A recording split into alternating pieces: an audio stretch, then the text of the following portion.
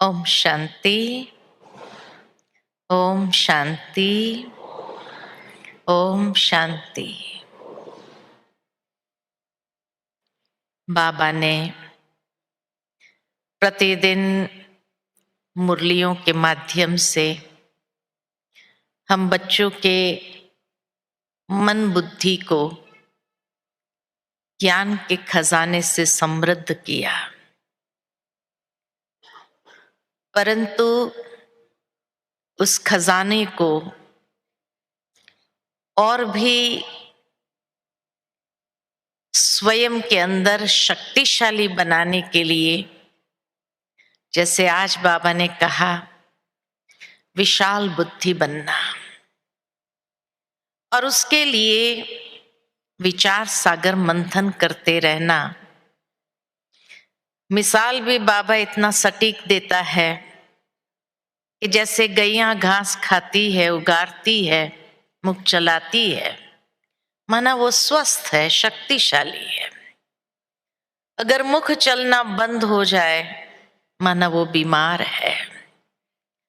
तो इसी तरह बाबा ने इतने ज्ञान रत्नों से हमें समृद्ध किया, लेकिन उसके बाद उस शक्ति को अनुभव करने के लिए, ताकि आत्मा सदा स्वस्थ रहे, अंत तक स्वस्थ रहे, कोई भी बातों का प्रभाव उसको प्रभावित न करे, उसके लिए बाबा कहे विचार सागर मंथन करते रहना चाहिए। और उसमें भी विशेष अमृत वेले उठ करके जितना विचार सागर मंथन करते हैं, उतनी ताकत और अधिक बढ़ जाती है। आज की मुरली में तो बाबा ने विचार सागर मंथन के साथ साथ अमृत वेले से अशरीरीपन का अभ्यास क्यों करना जरूरी है, इसको भी बहुत सुंदर तरीके से स्पष्ट किया। और इसीलिए ये विचार आया कि बाबा अब हम बच्चों को अपनी स्थिति के लिए प्रमोशन देना चाहता है। प्रमोशन कौन नहीं प्राप्त करना चाहता है? हर इंसान चाहता है कि भाई दुनिया में भी कोई नौकरी पर होता है तो वो भी प्रमोशन की इच्छा रखता है। प्रमोशन माना ही आगे बढ़ना, वृद्धि को पाना। तो संडे की मुरली हम सभी ने सुनी कि जब 1993 को अव्यक्त वर्ष के रूप में मनाया था, तो उस समय बाबा ने कुछ विशेष प्रेरणा दी थी कि अब समय अनुसार व्यक्त से अव्यक्त बनने का पुरुषार्थ करना है। लेकिन महसूस ये हो रहा था कि भले वो मुरली 30 साल पहले चली, लेकिन वर्तमान समय में ये रिपीट होगी, शायद जानी जाननहार बाबा जानता था। और इसीलिए वही बातें वर्तमान समय के लिए कितनी आवश्यक है, उपयोगी है, उसको देखते हुए बाबा ने जैसे हम सभी का संकल्पों से आवाहन करते हुए ये प्रेरणा उस समय दे दिया था। और व्यक्त से अव्यक्त की ओर की यात्रा, ताकि ये प्रमोशन को हम जीवन के अंदर सचमुच ऐसा एक यादगार बना दे, इस अनुभव को, कि वो यादगार बन करके जैसे अंतिम समय वही हमारे सामने आए और बाबा की याद में हम सहजता से उड़ चले। पहले का जो मिलन था वो था साकार ब्रह्मा बाबा जब थे, तो साकार ब्रह्मा बाबा के द्वारा शिव बाबा आकर के सभी बच्चों से मिलते थे। तो साकार में साकार मिलन था और वो करीबन 33 साल चला। और 33 साल हमारी दादियों ने उसकी पालना का अनुभव किया, वो साकार मिलन का अनुभव किया। उसके बाद जब 1969 में ब्रह्मा बाबा ने संपूर्णता को प्राप्त कर लिया और ये महसूस किया कि ये साकार स्वरूप उस अव्यक्त स्वरूप में मर्ज हो रहा है, और मर्ज हो गया। तो 1969 में जब ये साकार स्वरूप उस अव्यक्त स्वरूप में मर्ज हो गया, तो उसके बाद हर एक के मन में एक प्रश्न जरूर था कि अब बाबा से मिलन कैसे होगा, कैसे होगा। और 69 की प्रथम मुरली में ही बाबा ने सारा प्लान बता दिया, स्पष्ट कर दिया, हर एक के मन के प्रश्नों का जवाब दे दिया, समाधान दे दिया कि बच्चे आगे का मिलन अब साकार में अव्यक्त मिलन होगा।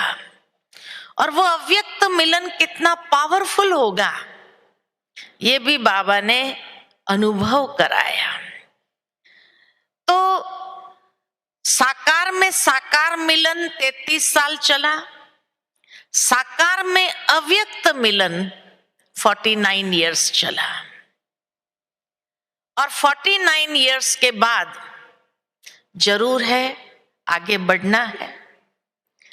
कब तक बाबा आते रहेंगे, क्योंकि बाबा आते रहेंगे तो बच्चे कभी भी आगे बढ़ने का सोचेंगे नहीं। तो इसीलिए हर बार जब बाबा ने पाठ चेंज किया तो उसका पहले से ही इशारा देना शुरू कर दिया था। जैसे साकार ब्रह्मा बाबा भी जब अव्यक्त की स्थिति के नजदीक पहुंचते गए तो साकार में भी बाबा ने ये कहना शुरू कर दिया था कि ये रथ के द्वारा भी कब तक, ये रथ भी नहीं रहेगा, यानी ब्रह्मा बाबा का साकार रथ भी नहीं रहेगा, और फिर भी तुम बच्चों को आगे बढ़ना है उस कार्य के लिए जिस कार्य के लिए बाबा ने निमित्त बनाया है। तो ये बात पहले से ही बाबा ने इशारा दिया था साकार में भी। तब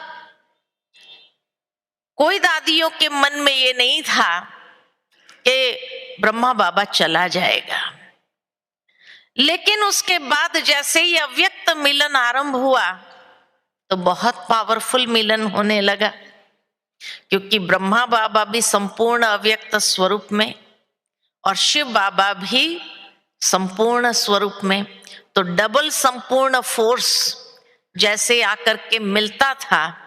तो बाबा की एक दृष्टि के लिए भी हम कितने लालायित रहते थे, और उसके कारण हर एक को अनुभव होता था। फिर जैसे जैसे ये अव्यक्त मिलन में भी हिर गए हम, उसके बाद बाबा ने इशारा देना शुरू कर दिया कि बच्चे ये अव्यक्त मिलन साकार में भी कब तक।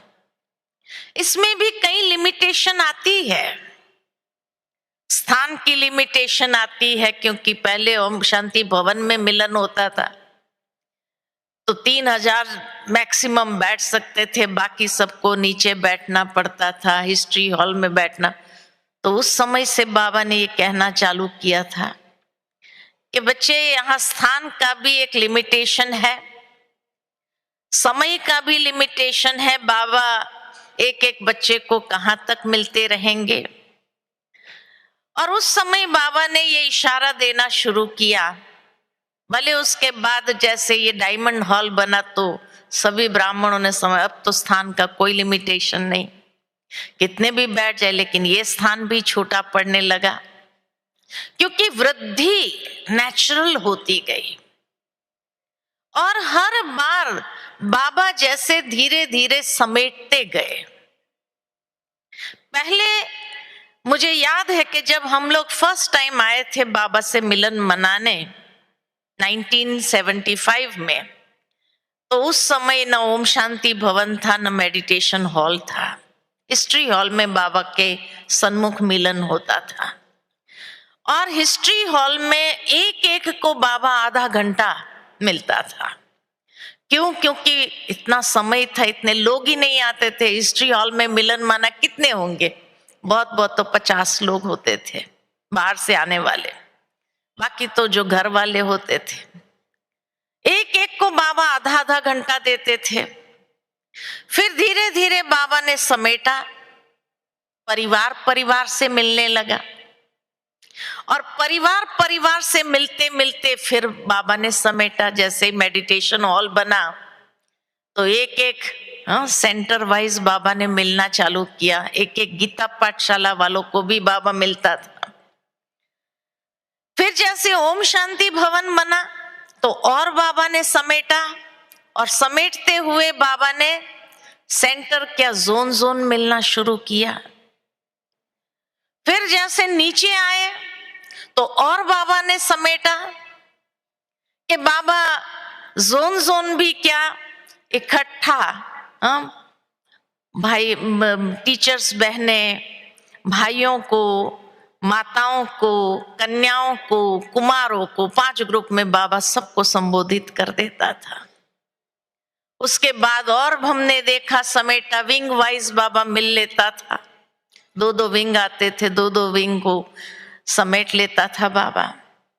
उसके बाद वो सब भी बंद करके बाबा होलसेल में एक साथ में सभी बच्चों को, देश और विदेश यही 2 रह गया, जोन वालों को बाबा खड़ा कर देते थे और उसके बाद बस देश और विदेश, लास्ट में तो बस 2 ही रह गए। इतना बाबा समेटते गए और समेटते समेटते बाबा वास्तव में हम बच्चों को ये पुरुषार्थ कराना चाहते थे कि अभी स्थूलता से सूक्ष्मता की ओर हमें जाना है, मिलन के भी सूक्ष्मता की ओर हमें जाना है। और जैसे जैसे समेटते गए बाबा, महसूस भी नहीं हुआ, ये फील भी नहीं हुआ। और ये पहले तो बाबा कई लोग महसूस करते थे और कहते थे, अरे पहले तो हम लोगों ने बाबा से आधा आधा घंटा और एक एक ने मुख में बाबा के हाथों से टोली खाई, है ना, टोली स्वीकार किया। तो ये भी एक दिन थे, बहुत प्यारे थे। लेकिन उसके बाद जैसे बाबा समेटते हुए हमें स्थूलता से सूक्ष्मता में, पहले स्थूलता में थे लेकिन बाबा धीरे धीरे सूक्ष्मता में लेके गए। आप सभी आए तो उस समय जैसे बाबा कहे last so fast so first जाना है, यानी आपको पहले से ही सूक्ष्मता की ट्रेनिंग मिलने लगी कि उन सब स्थूलता की इच्छाओं में न जाए आपकी बुद्धि और सूक्ष्मता की ओर ही आपके पुरुषार्थ का एक लक्ष्य बन जाए, एक धारणा आपकी बनने लगे। लेकिन 2017 में लास्ट बाबा ने जब कहा समाप्ति वर्ष के आगे का वर्ष, समाप्ति वर्ष की ओर जब जाना है, तो और बाबा हम बच्चों को सूक्ष्मता की प्रेरणा देने लगे कि बच्चे बाबा कब तक नीचे आता रहेगा, आप अभी ऊपर आओ, आने जाने का अभ्यास करो। अर्थात अव्यक्त में अव्यक्त मिलन, ये प्रमोशन है। क्योंकि जितना हम सूक्ष्मता में जाएंगे उतना ही अंतिम समय इस शरीर से अलग होना हमारे लिए स्वाभाविक हो जाएगा। तो ये बाबा प्रैक्टिस हमें कराते रहे। 2018 के बाद जब बाबा ने कहा अब बच्चे ऊपर आए मिलन मनाने के लिए, जितना समय मिलन मनाना चाहे मिलन मना सकते हैं, जो अनुभव करना चाहे वो अनुभव सहजता से कर सकते हैं। तो ये बाबा के महावाक्य ये हमें जैसे उस प्रमोशन की ओर आगे बढ़ा रहे हैं कि अब बच्चे स्थूलता से ऊपर उठो, सूक्ष्मता का अनुभव करो। अव्यक्त में अव्यक्त मिलन सबसे पावरफुल। दूसरा, स्थूलता में न आए हम। दूसरा, इस गहराई को समझने का प्रयत्न करना। क्यों बाबा हमें सूक्ष्म मिलन के लिए प्रेरित कर रहा है, व्यक्त से अव्यक्त मिलन की ओर क्यों प्रेरित कर रहा है? कि जिस तरह ब्रह्मा बाबा के लिए कहा कि ये साकार स्वरूप उस अव्यक्त स्वरूप में मर्ज हो रहा है, ठीक इसी तरह संगम युग में बाबा हम बच्चों के लिए सूक्ष्म वतन को क्रिएट करता है। और ये सूक्ष्म वतन सिर्फ और सिर्फ ब्राह्मणों के लिए होता है और किसी के लिए नहीं। और सिर्फ ये मिलन का अनुभव करने के लिए है, अव्यक्त में अव्यक्त मिलन का अनुभव करने के लिए। वहां तक कि भक्त आत्माएं भी वहां नहीं जा सकती है, भक्त आत्माएं भी वहां नहीं जा सकती है, क्योंकि सूक्ष्म वतन रचा ही गया है ब्राह्मणों के लिए। और ब्राह्मणों के अव्यक्त फरिश्ता स्वरूप वहां पर इमर्ज है हर एक का। जब बाबा सभा दिखाते हैं संदेशियों को, तो उस सभा में बाबा क्या दिखाते हैं? कभी कभी जैसे बाबा सब बच्चों को इमर्ज करते, तो ये स्वरूप थोड़ी इमर्ज होता है। हम सभी का जो संपूर्ण अव्यक्त फरिश्ता स्वरूप है वो वहां इमर्ज होता है, और बाबा हर एक को वो सकाश देते हैं। इसीलिए कहा सूक्ष्म वतन सिर्फ ब्राह्मणों के लिए है, भक्तों के लिए भी नहीं है, देवताओं के लिए भी नहीं है, सिर्फ हम ब्राह्मणों के लिए। तो कितने ऊंचे हैं हम, तो वतन का साक्षात्कार कर सकते हैं, लेकिन वहां जाने के लिए उनके पास सक्षमता नहीं है। ये सक्षमता बाबा ने हम बच्चों को प्रदान किए हैं कि बच्चे आप सूक्ष्म वतन में आ जाओ मिलन मनाने। तो ये सक्षमता हमारे पास है। और क्यों बाबा ने ये सक्षमता हमें दी है? ताकि बार बार हम इस अव्यक्त मिलन में जितना जाते जाएंगे, यानी ये स्थूल व्यक्त देह यहां बुद्धि से भूलते हुए मन और बुद्धि बल के द्वारा जब सूक्ष्म वतन में जाते हैं अव्यक्त मिलन मनाने, और जितनी ये प्रैक्टिस हमारी अधिक होंगी, माना हम उस अव्यक्त संपूर्ण फरिश्ते स्वरूप में बार बार जाएंगे, तो धीरे धीरे हमारा स्वरूप वो बनता जाएगा। और बाबा इसके लिए हमें तैयार कर रहे हैं ताकि अंतिम समय जो भक्तों को साक्षात्कार होना है, वो साक्षात्कार उस स्वरूप के द्वारा होगा। इसलिए बाबा चाहता है कि अब, पहले तो हम लोग भी समझते थे कि दादियां लास्ट तक रहेगी और जो अंतिम पाठ साक्षात्कार का चलेगा या दादियों के द्वारा चलेगा, क्योंकि दादियां ही बाप समान है। लेकिन अब जब धीरे धीरे सारी दादियां चली गई, तो अब महसूस होता है कि बाबा वो सौभाग्य हम बच्चों को देना चाहता है, और हमारे द्वारा ये प्रत्यक्षता का पाठ आरंभ होना है। दादियां ये एडवांस पार्टी में एडवांस कार्य करने के लिए निमित्त बन गई। जब यहाँ थी तभी उनके द्वारा भी साक्षात्कार का पाठ देश विदेश में हुआ। ब्रह्मा बाबा जैसे ही अव्यक्त हुआ कि जो सेवा की गति इतनी तीव्र बढ़ती गई और इतने ब्राह्मणों की जो वृद्धि हुई, ये कैसे हुई? तो ब्रह्मा बाबा अव्यक्त हुए, अव्यक्त से ये पाठ शुरू किया, लेकिन दादियों को निमित्त बनाया, दादियों का साक्षात्कार लोगों को हुआ। जैसे हमारी परम आदरणीय प्रकाशमणि दादी जी, मुझे याद आता है कि जब कहा जाता कि अमेरिका के अंदर कोई सेंटर नहीं था, तब कई लोगों को प्रकाशमणि दादी का साक्षात्कार हुआ, और प्रकाशमणि दादी का साक्षात्कार होते वहां सेंटर खुला पहला। इसी तरह कईयों को गुलजार दादी का साक्षात्कार हुआ, कईयों को जानकी दादी का, तो इतने विदेशी भाई बहनों को साक्षात्कार हुआ।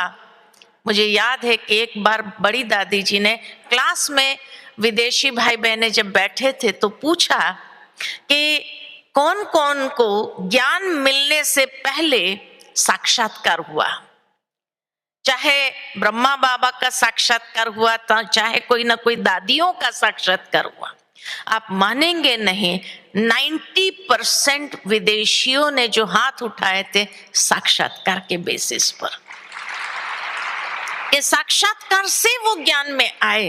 तो दादियों के द्वारा तो ये पाठ बाबा ने करा दिया, लेकिन खाली दादियों के द्वारा थोड़ी होगा। इसलिए दादियों को आगे की सेवा के लिए प्रमोशन मिल गया, लेकिन हम बच्चों को भी ये सौभाग्य बाबा देना चाहता है। और इसलिए बाबा कहते हैं जितना जितना आप व्यक्त से अव्यक्त की ओर जाएंगे उतना आप साक्षात्कार मूर्त बन जाएंगे। और आने वाले समय में जो बस अंजलि के लिए जो आत्माएं तरसती है, जो भक्ति करती है, भगवान बस हमें थोड़ी सी अंजलि मिल जाए, तो ये अंजलि देने का कार्य हम सब ब्राह्मणों के द्वारा बाबा कराना चाहता है। लेकिन उनके द्वारा होगा जो अव्यक्त स्थिति यहां साकार में बनाना आरंभ करेगा। और ये स्थिति कैसे बनेगी?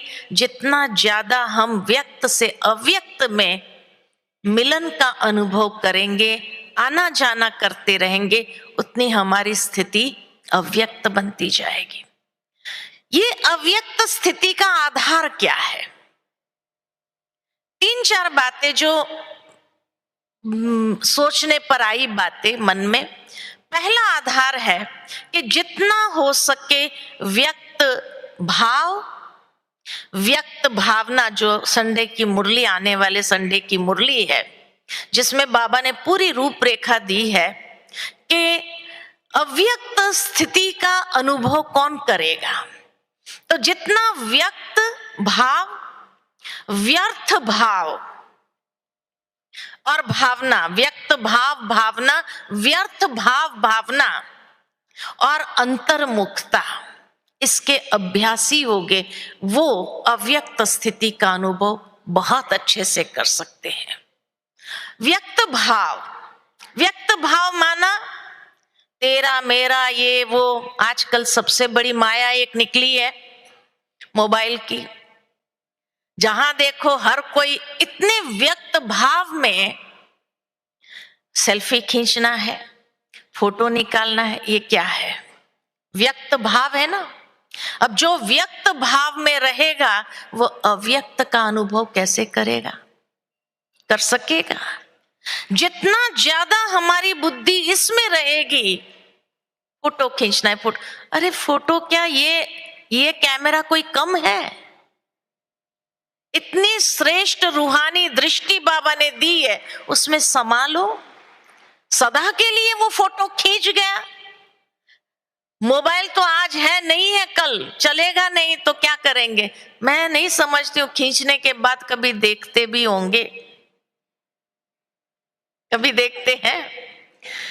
भाव यही है मेरा कि इस व्यक्त भाव से भी ऊपर उठो। अगर सचमुच प्रमोशन चाहते हैं तो, जिसको प्रमोशन चाहिए, उस स्थिति का अनुभव करने के लिए, उस साक्षात्कार के लिए तैयार होने के लिए, कि आप चाहते हो कि बाबा मुझे यूज करे, मेरे द्वारा प्रत्यक्षता हो यज्ञ की, बाबा की, ये सौभाग्य मुझे मिले, ये चाहते हो? जो चाहते हैं हाथ खड़ा करो।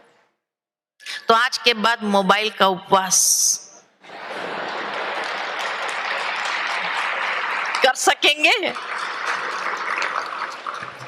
मुझे याद आता है कि जब हमारी परम आदरणीय परम श्रद्धेय गुलजार दादी जी अव्यक्त हुए और गुलजार दादी जी के भोग का संदेश, मैं समझती हूँ 5वें महीने का भोग का संदेश जो आया, तो उसमें दादी ने बहुत सुंदर संदेश दिया। हो सकता है YouTube पर हो भी वो संदेश, आप सुन सकते हैं, कि जिसमें दादी ने कहा, बाबा आजकल बच्चों के हाथ में खिलौना आ गया है, और इस खिलौने में इतने व्यस्त रहते हैं कि शायद वो स्थिति ही भूल गई है उनको कि हमें कुछ करना है, हमें तीव्र पुरुषार्थ करना है। ये स्थिति भी दादी को चिंता हो रही है, ऊपर दादी को ऊपर चिंता हो रही है ब्राह्मणों को देख करके कि सब उस खिलौने में लगे हुए हैं। और उस समय दादी ने ये संदेश भेजा था कि जैसे भक्ति मार्ग में उपवास रखते हैं स्थूल भोजन का, क्या बच्चे भी हफ्ते में एक दिन मोबाइल का उपवास कर सकते हैं कि नहीं कर सकते हैं? हाथ खड़ा करवाया था बाबा ने कि क्या दादी की जो ये भावना है तो हफ्ते में एक दिन मोबाइल स्विच ऑफ करके रख दो। कर सकते हैं कि नहीं कर सकते हैं? जो कर हफ्ते में एक दिन मोबाइल, कोई कारोबार रुकने वाली नहीं है, कुछ मिस होने वाला नहीं है, करो। अच्छा, तो मैं आपको एक संकल्प देती हूं, और अब ये मेरी ओर से संकल्प है, और मेरी ओर से संकल्प ये है कि कल अव्यक्त मिलन अनुभव करना है, तो आज से ये 2 दिन उपवास जरूर रखो, ये 2 दिन उपवास जरूर रखो। कर सकते हैं या नहीं कर सकते हैं? कि बहुत बात करना जरूरी है आप लोगों का, ऐसा लगता है? हाँ, जरूरी है कि उसके बिना चलेगा नहीं आपको। अरे खास आप वहां से यहाँ आए हैं, कुछ अनुभव करने के लिए आए हैं ना। अगर यहाँ आकर के भी वही कारोबार करते रहना है, वही मोबाइल देखते रहना है, वही फोटो सेल्फी यहाँ बगीचे में वहां बगीचे में खींचते रहना है, अरे बाग बगीचे दुनिया में भी बहुत है। और फिर भी अगर आपको लगे तो जाने से पहले दिन कर लेना, जहां जहां खींचने का मन करे ना खींच लेना। लेकिन ये 2 दिन, क्योंकि कल अगर अनुभव करना है आपको अव्यक्ति मिलन का, तो उसका पुरुषार्थ आज 1 दिन पहले तो आरंभ करो, 1 दिन पहले। और ये अनुभव यहां कर सकेंगे, वहां नहीं होगा। क्यों? क्योंकि ये भूमि वरदानी भूमि है। ये वरदानी भूमि पर जहां इतने सालों बाबा ने साकार में अव्यक्त पालना दी है, तो ये वरदान इस भूमि को है, उस भूमि को नहीं है। इसलिए जो अनुभव यहां होगा वहां नहीं होगा। इसीलिए कह रही हूं कि ये पूर्व तैयारी, आज जैसे आप सभी ने 2 बजे तक योग किया ना, अरे 2 बजे से लेकर अमृत वेले का योग किया ना, इतना सुंदर आपने अनुभव किया। लेकिन अब ये अनुभव को कंटिन्यू करो कल शाम तक। कर सकते हैं? कर सकते हैं कि इतना कारोबार जरूरी लगता है आपको?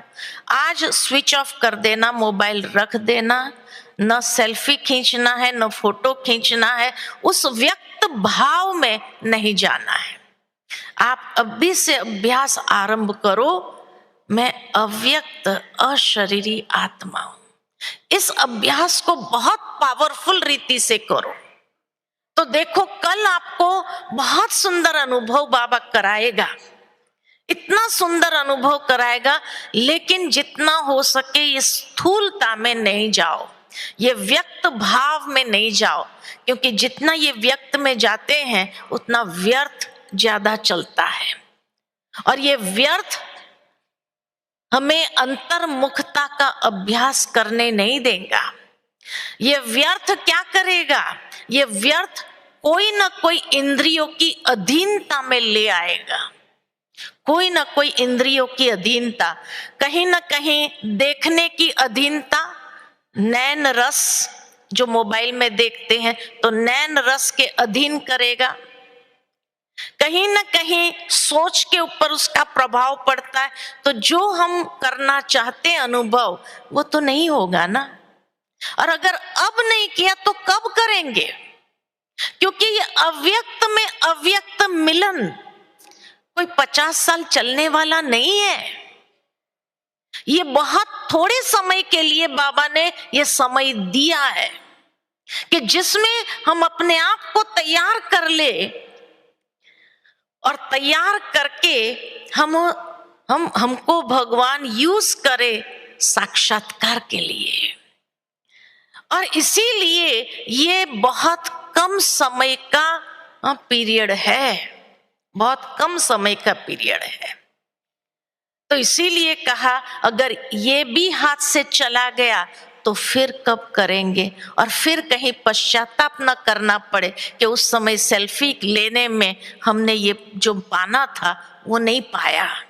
तो जो बाबा देना चाहता है उसको अगर मुझे लेना है तो ऐसा सुपात्र, संडे की मुरली पूरी सुपात्रता के ऊपर है कि सुपात्र बनो। जितना हम सुपात्र बनते जाते हैं बाबा हमें अनुभव का खजाना देता जाएगा, बाबा हमें अनुभव कराएगा, इतना सुंदर सुंदर अनुभव कराएगा।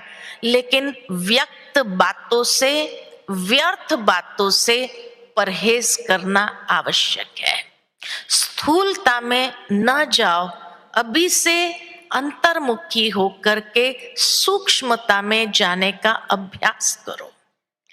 तो ये 2 दिन तो रहेगा या नहीं रहेगा, उसके बाद जो करना है करना है ना। लेकिन फिर ये नहीं कहना कि हम तो मधुबन गए लेकिन हमें तो कुछ अनुभव नहीं हुआ। अनुभव न हुआ उसका कारण क्या, कहीं ना कहीं आपकी अपनी कमजोरी बीच में आती गई। इसीलिए तो लौकिकता, जब लौकिक वालों को छोड़ करके यहाँ आए, फिर भी अभी बात करने का दिल करता है, इससे बात कर लो, इससे बात कर लो, नहीं, अब अभी से स्विच ऑफ करो। या अभी अगर करना भी है तो उसको कह दो कि बस अब 2 दिन मैं आपसे बात नहीं करूंगी, 2 दिन मेरा मोबाइल स्विच ऑफ रहेगा। स्विच ऑफ रहेगा तो कोई का आएगा भी नहीं, आपको डिस्टर्ब नहीं करेगा। तो इसीलिए जो है इसका परहेज जरूरी है। स्थूलता, व्यक्त भाव, व्यर्थ भाव से परे रहेंगे तो अंतर्मुखता की स्थिति बनेगी, और अंतर्मुखी जितना होंगे उतना ही अलौकिक अनुभव के लिए तैयार हो जाएंगे। दूसरी बात, अव्यक्त स्थिति का अनुभव करने के लिए लाइट और माइट स्वरूप बनना जरूरी है। बार बार हम अपने आप को ये स्मृति दिलाते रहे कि मेरा संपूर्ण स्वरूप जो है वतन में, अव्यक्त संपूर्ण स्वरूप, वो लाइट का है। और जब लाइट का है तो वो लाइट का स्वरूप मुझे यहां इमर्ज करना है, और उसके लिए बार बार अभ्यास करे कि मैं आत्मा एकदम लाइट स्वरूप हूं। बार बार भ्रुकुटी में अपने लाइट को देखो अंतर चक्षु से, बार बार महसूस करो मैं एकदम लाइट हूं, प्रकाश मणि हूं। आत्मा प्रकाश की मणि है, ये महसूस करो, ये स्वमान अपने आप को दो, और उसमें अपने आप को बार बार ले चलो, उसका अनुभव करो। जब कोई सामने मिले देखे, आप उसको भी भ्रुकुटी के मध्य में लाइट रूप में देखो। और जितना आप लाइट बनने का अभ्यास करेंगे, शक्तिशाली होने का अभ्यास करेंगे, उतना ही आपके अंदर से एक पॉजिटिव और प्योर वाइब्रेशन रेडिएट होना शुरू हो जाएगा। इसलिए कहा कि ये लाइट होने का अनुभव या अभ्यास को बढ़ाते जाओ। चलते हैं या योग में बैठते हैं, योग में बैठो तो बार बार उसमें जाओ कि मैं आत्मा लाइट के कार्ब में जा रही हूं, बाबा के पास।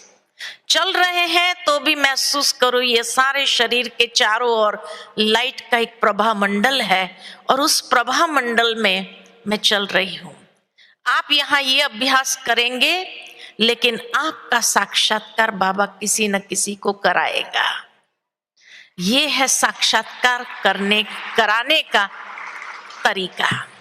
जितना आप लाइट होंगे तो जो आत्माएं आपके भक्त हैं द्वापर युग से। वो बाबा को तो पता है ना कि ये उसका भक्त है, तड़प रहा है, अभी अंतिम समय चल रहा है, तो बाबा उसको वो स्वरूप का साक्षात्कार करा देगा।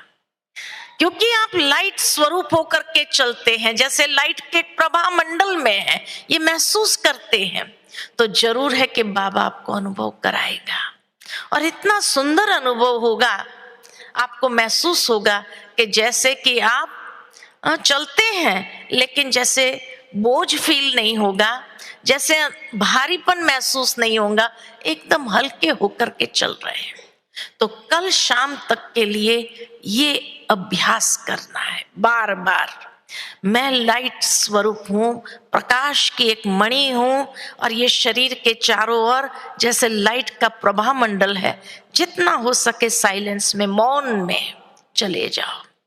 जितना बातचीत में आएंगे उतना ये अभ्यास नहीं कर पाएंगे, क्योंकि बातचीत में आना माना व्यक्त भाव में, लौकिकता में ले आना अपने आप को। तो इसीलिए कल उस अव्यक्त मिलन का अनुभव करना है बहुत पावरफुल रीति से।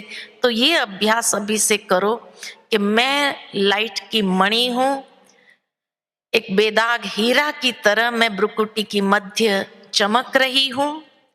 जिसको देखो उसको भी उस रूप में देखो। चारों ओर जैसे लाइट का प्रभा मंडल दिखाई देता है, महसूस होता है, ये फील करो। और साइलेंस में, जैसे आज बाबा ने मुरली में कहा, अशरीरीपन का अभ्यास करो। ये अभ्यास बहुत जरूरी है। इसलिए कहा अगर यहां नहीं किया तो वहां तो होने वाला है ही नहीं। और इसीलिए यहां जितना करेंगे आप, उतना आप यहां से जाने समय कुछ लेकर जाएंगे। जो बाबा कहते हैं मैं लिफ्ट देने के लिए तैयार हूं, अंत तक वो साथ देने का प्रॉमिस है बाबा का, वायदा है बाबा का। तो बाबा आपको अनुभव कराएगा, ताकि जितना ये अनुभव आपके पास पावरफुल होगा। क्यों ये अनुभव की भी आवश्यकता है मुझे? इसीलिए क्योंकि आज दुनिया के अंदर कई लोग ये जो कहने वाले निकल गए, बाबा अभी वहां नहीं आता है, यहाँ आता है। अरे भगवान जब पहले से ही हमें स्थूलता से सूक्ष्मता की ओर ले गए, अब वापस स्थूलता में लाएंगे क्या? तो यही कितना, जैसे शास्त्रों में दिखाया ना, पौंड्रिक की कहानी आप सभी ने सुनी होगी। पौंड्रिक माना, कहा जाता कि श्री कृष्ण द्वारकाधीश, तो पौंड्रिक जो था वो ऐसा स्वरूप धारण कर सकता था, और स्वयं द्वारकाधीश का स्वरूप धारण करके कृष्ण कहीं बाहर गया था तो वहां आकर बैठ गया और कहा मैं ही कृष्ण हूं, मैं ही द्वारकाधीश हूं। लेकिन आखिर तो प्रत्यक्ष हो ही गया, क्योंकि वो संस्कार नहीं थे। तो इसी तरह भले कोई कहने वाला है कि बाबा आते हैं, यहाँ आ जाओ, यहाँ बाबा का मिलन होगा, यहाँ बहुत अच्छा होगा, जिसके लिए बाबा ने कई बार मुरली में कहा है अच्छे अच्छे बच्चे भी चले जाएंगे, अच्छे अच्छे बच्चे, क्योंकि ये माया का अभी अंतिम समय है। तो अंतिम दाव लगाती है, जितने हाथ आए खींच ले, और इस तरह से खींचने का प्रयास माया कर रही है। तो कहीं हम विक्टिम न बन जाएं, इसलिए जितना आप हल्के होकर के लाइट के कार्ब में रहेंगे तो बाबा की छत्र छाया में रहेंगे, और बाबा की छत्र छाया जहां है वहां कोई भी माया का प्रभाव आपको प्रभावित नहीं कर सकती है, नहीं कर सकती है। आप सदा सेफ रहेंगे, और सेफ रह करके ही सदा बाबा के छत्र छाया के नीचे सुंदर सुंदर अनुभव करते जाएंगे। और अंतिम समय यही अनुभव आपको खींचेंगे उस स्वरूप में, और आप सहजता से बाबा की याद में इस देह से अलग हो जाएंगे। पता भी नहीं चलेगा देह छोड़ा है, ये भी फील नहीं होगा। माना कोई युद्ध नहीं होंगे, कोई जैसे खींचम एकदम तनातनी नहीं होंगी अपने आप से भी, या कर्म भोग की भोगना आपको नीचे खींच लाए, ये भी नहीं होगा। लेकिन सहजता से आप डिटैच हो जाएंगे, अलग हो जाएंगे, ये फील करेंगे। तो इसीलिए बाबा कहे कि ये अव्यक्त स्थिति का अनुभव करना बहुत आवश्यक है।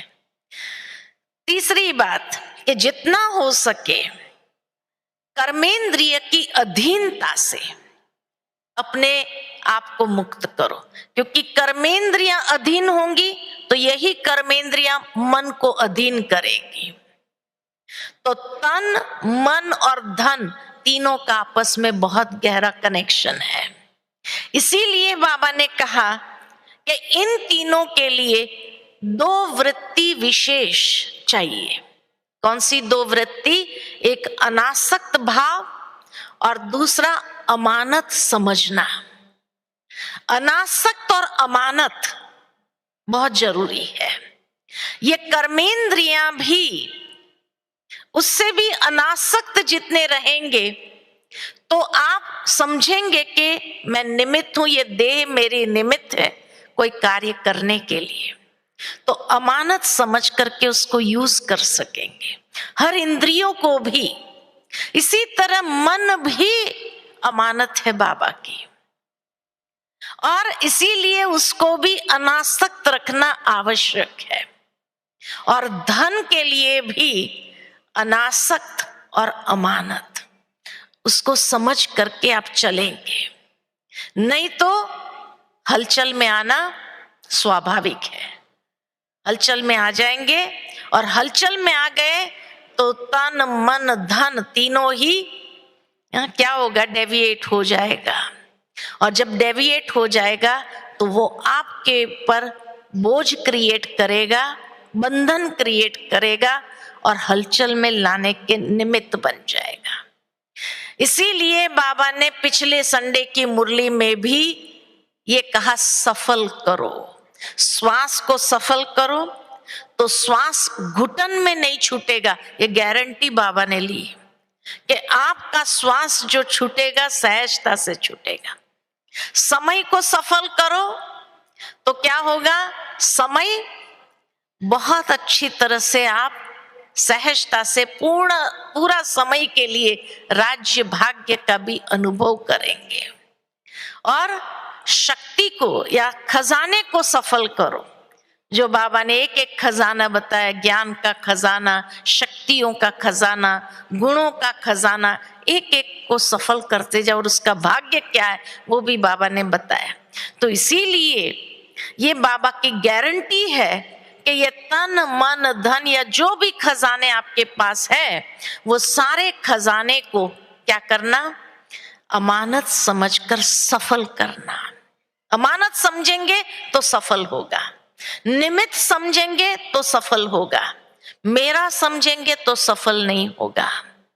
जहां आसक्ति आ गई तो आसक्ति कभी भी उसको सफल होने नहीं देगा। इसीलिए बाबा कहे अनासक्त। ब्रह्मा बाबा का मिसाल बाबा ने दिया कि ब्रह्मा बाबा ने सब कुछ अपना सफल किया तो अंतिम दिन तन के द्वारा पत्र भी लिखे, फिर क्लास भी कराया और सारा कारोबार करके सहजता से फिर शरीर छोड़ा। तो ये होता है कि अंतिम दिन तक चलते चलते चलते सहजता से बाबा के पास पहुंच जाना। तो इसीलिए बाबा हम बच्चों को ये ट्रेनिंग दे रहे हैं और इस प्रमोशन में जाने के लिए प्रेरित कर रहे हैं। और व्यक्त से अव्यक्त जितना हम बनते जाएंगे उतना सहजता से हमारी बेहद की बुद्धि अर्थात सर्व के प्रति शुभ भावना, शुभ कामना निरंतर प्रवाहित होती रहेंगी।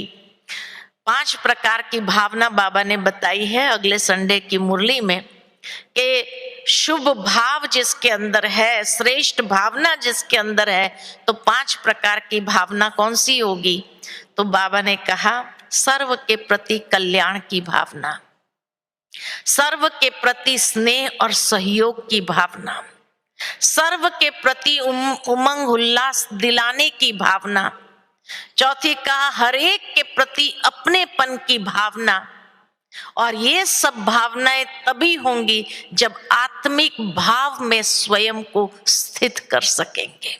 इतनी सुंदर बात बाबा ने कही व्यक्त से अव्यक्त बनने के लिए कि निरंतर शुभ भाव और शुभ भावना सर्व के प्रति सहजता से तभी रह सकेंगी। तो इसीलिए आज से लेकर कल तक इस अपने आप को अलर्ट लाओ और सावधान करो। लक्ष्य ये रखो, मुझे अव्यक्त मिलन का अनुभव करना ही है, और उसके लिए मुख का मौन, मन का मौन, मोबाइल का मौन, है ना।